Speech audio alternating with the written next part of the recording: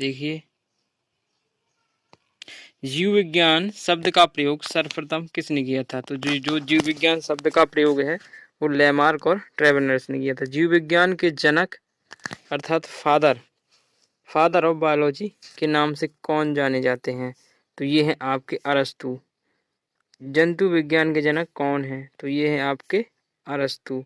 देखिए, मैं जानकारी के लिए बता दूं, जंतु विज्ञान और जीव विज्ञान दोनों के जनक ही अरस्तु हैं।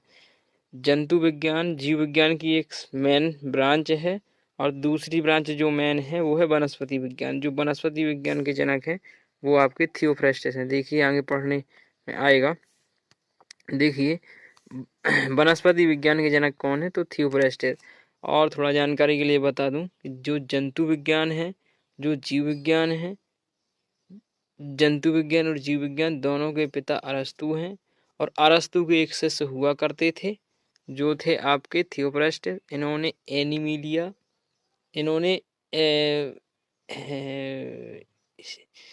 प्लांटरम हिस्टोरिका नामक पुस्तक लिखी थी। किसने? थियोफ्रेस्टस ने। जबकि अरस्तु ने जो पुस्तक लिखी थी वो लिखी थी आपकी एनिमिलिया हिस्टोरिका। ध्यान रखना, कौन सी?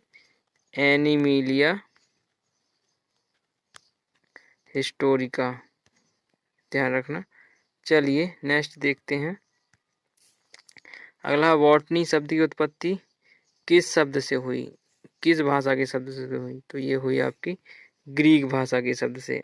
अगला हम देख रहे हैं, देखो आ भी गया है। हिस्टोरिका प्लांटरम पुस्तक किसने लिखी? तो ये है आपकी थियोफ्रेस्टस ने। हिस्टोरिका एनिमिलिया अरस्तु ने। आ गया ना, देखो। चिकित्सा शास्त्र के जनक कौन है? तो ये है हिप्पोक्रेट्स। कौन है? हिप्पोक्रेट्स। ध्यान रखना, हिप्पोक्रेट्स जो है चिकित्सा शास्त्र के जनक माने जाते हैं। वह विज्ञान जिसका संबंध जीवधारियों के अध्ययन से होता है वो जीव विज्ञान कहलाती है। कौन सी विज्ञान कहलाती है? जीव विज्ञान। अगले प्रश्न है, फाइकोलॉजी में किसका अध्ययन किया जाता है? जो फाइकोलॉजी है उसमें कवकों का अध्ययन किया जाता है। ध्यान रखना, जो फाइकोलॉजी शब्द है उसमें कवकों का, जो माइकोलॉजी है उसमें कवकों का, जो वायरोलॉजी है उसमें विषाणुओं का, जो इकोलॉजी है उसमें पारिस्थितिकी तंत्र का। ध्यान रखना। चलिए नेक्स्ट देखते हैं। पर्यावरण अध्ययन जीव विज्ञान की किस शाखा के अंतर्गत करते हैं? जो भी इन्वायरमेंट से संबंधित जानकारी होंगी वो इकोलॉजी के अंतर्गत करते हैं। किससे अंतर्गत? इकोलॉजी। आगे देखते हैं, फूलों के संवर्धन को क्या कहते हैं? फ्लोरिकल्चर। डेंड्रोलॉजी में किसका अध्ययन करते हैं? ध्यान रखना, डेंड्रोलॉजियों में, जो डेंड्रोलॉजी उसमें झाड़ियों का अध्ययन करते हैं। चलिए नेक्स्ट देखते हैं, पुष्पों का अध्ययन क्या कहलाता है? एंथ्रोपोलॉजी। ध्यान रखना, एंथोलॉजी आपका पुष्पों का अध्ययन कहलाता है। जीवाश्म वनस्पति विज्ञान का अध्ययन किया जाता है जीवाश्मों के द्वारा। किसके द्वारा? जीवाश्मों के द्वारा। ध्यान रखना, वनस्पति संवर्धन में सब संबंधित विज्ञान की कौन सी शाखा है? हॉर्टिकल्चर। जो वनस्पति विज्ञान के संवर्धन में जो सहायक होती है वो हॉर्टिकल्चर होती है। ध्यान रखना। नेक्स्ट देखते हैं, जीव विज्ञान एवं वातावरण के अंतर अभिक्रिया से संबंधित विज्ञान की शाखा क्या कहलाती है? अभी मैंने बताया था, जो भी इन्वायरमेंट से वातावरण है वो आपकी पारिस्थितिकी तंत्र है। वनस्पति विज्ञान की वह शाखा जिसके अंतर्गत शैवालों का अध्ययन करते हैं। तो ये फाइकोलॉजी भी पढ़ने में भी आया था। चलिए नेक्स्ट देखते हैं, सिल्वीकल्चर वनस्पति विज्ञान की वह शाखा है जिसके अंतर्गत वर्णन किया गया है। तो जो सिल्वीकल्चर है उसके अंतर्गत आपका वनों का विकास। ध्यान रखना, जो सिल्वीकल्चर है उसके अंतर्गत वनों के विकास का अध्ययन किया गया है। स्पर्मोलॉजी में किसका अध्ययन किया गया है? जो स्पर्मोलॉजी है उसमें आपका बीजों का अध्ययन किया गया है। ध्यान रखना। एग्रोस्टोलॉजी के अंतर्गत किसका अध्ययन किया जाता है? घास का। पीडोलॉजी या पेडोलॉजी भी कहा जाता है। पेडोलॉजी के अंतर्गत किसका अध्ययन करते हैं? भूमि का। ध्यान रखना। आगे देखिए, अगला प्रश्न है, आनुवांशिकता एवं विभिन्नता के बारे में कौन जानकारी देता है? ध्यान रखना, आनुवांशिकता और विभिन्नता के बारे में कौन जानकारी देता है? आनुवांशिकता और विभिन्नता के बारे में कौन जानकारी देता है? तो वो है जेनेटिक्स या आनुवांशिकी। पौधों को नाम देने वाला विज्ञान क्या कहलाता है? नामकरण या नामकरण क्या कहलाता है? नामकरण। आगे देखते हैं, फलों का अध्ययन क्या कहलाता है? पोमोलॉजी। फलों का अध्ययन क्या कहलाता है? पोमोलॉजी। परागकण या पोलन ग्रेन का अध्ययन क्या कहलाता है? पैलिनोलॉजी। क्या कहलाता है? पैलिनोलॉजी। संसार में पौधों के वितरण का अध्ययन क्या कहलाता है? संसार में जो पौधे हैं उनका वितरण का अध्ययन क्या कहलाता है? तो वो कहलाता है फाइटोजियोग्राफी।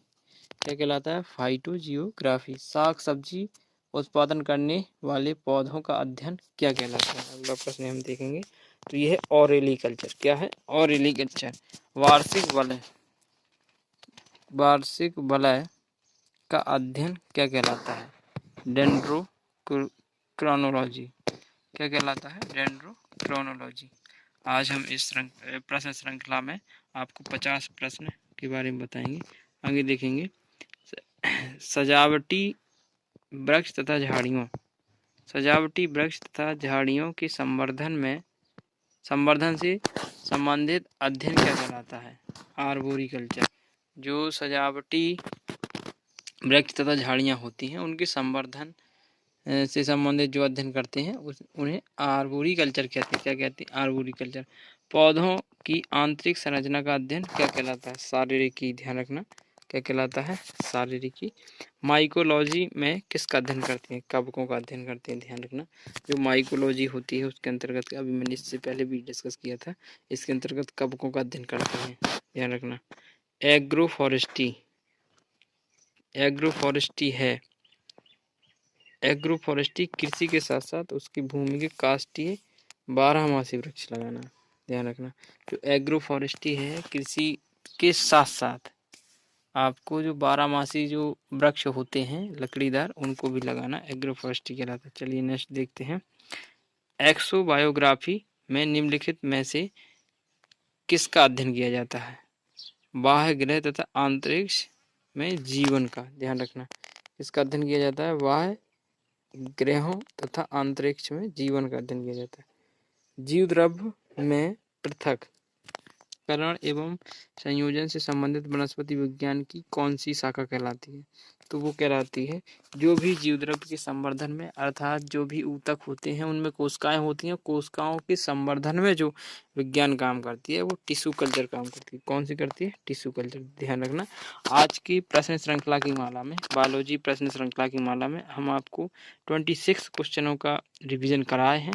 अगली नेक्स्ट श्रृंखला को देखने के लिए हमारे इस चैनल को सब्सक्राइब कीजिए, लाइक कीजिए, शेयर कीजिए।